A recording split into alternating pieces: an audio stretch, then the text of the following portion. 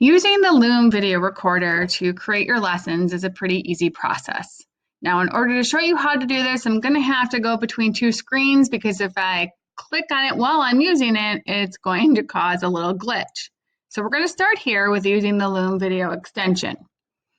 To get the extension, go to your Google Apps waffle on the left-hand side of your computer, which is over here.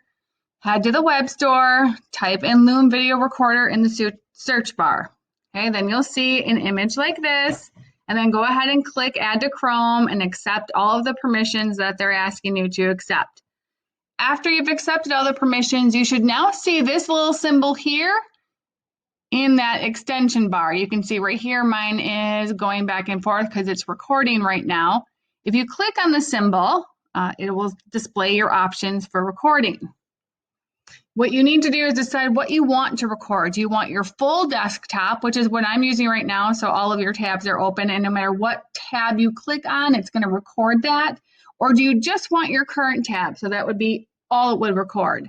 Okay, so you have to make that decision. I usually go between a couple, so I leave it on full desktop. To begin recording, decide if you want your face in the shot, and if not, you hover over the image and exit out. I took an image here of what that might look like. You can see I've X'd mine out. I don't need my face on here. Otherwise, you can click the play arrow to record, and the pause button and the X button will stop the recording when you're done. So this would pause it if you need a moment to rethink what you're saying. I would not ever click this until you're completely done, even with mistakes, because you can edit those mistakes out. But once you click finish recording, that's it. You cannot go back in and re-record things or add to it. So really don't push that green button until you are totally sure you're happy. Edit things out if there's a mistake.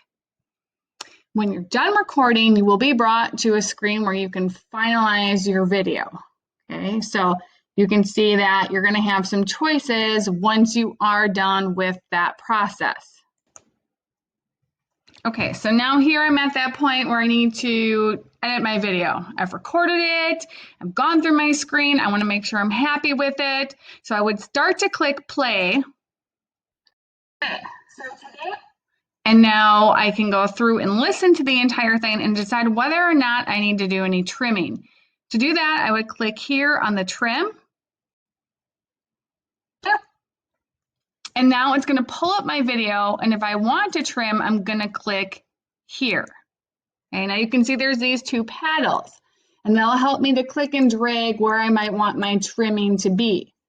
Okay, and when I'm happy with it, I can go ahead and click remove, and then it will cut that piece out and just keep playing as if that part never existed. If I don't want to cut it out, I'm just going to click cancel. Now I can go back and return to my video because in this one I already uploaded it and I don't want to do any further editing. You can keep doing that trimming process until you're done with the entire piece and then play it through and make sure you're happy with where your cuts are. The settings also help you decide whether or not you want comments. Do you want emoji reactions? You know, these are just some things you can click on and decide, do you want people to be able to download it? Do you want to show the analytics to your viewers? Just a couple of things for you to think about as you're putting together your video. When you are happy with your choices, go ahead and click save. And then at this point, if you're completely happy with your video, this is that point where you decide to download it. And then you can take that download and upload it to YouTube. You can also take that download and put it into your Google Drive. Any way you have it, your kids will then be able to have access to the video, and you're all set.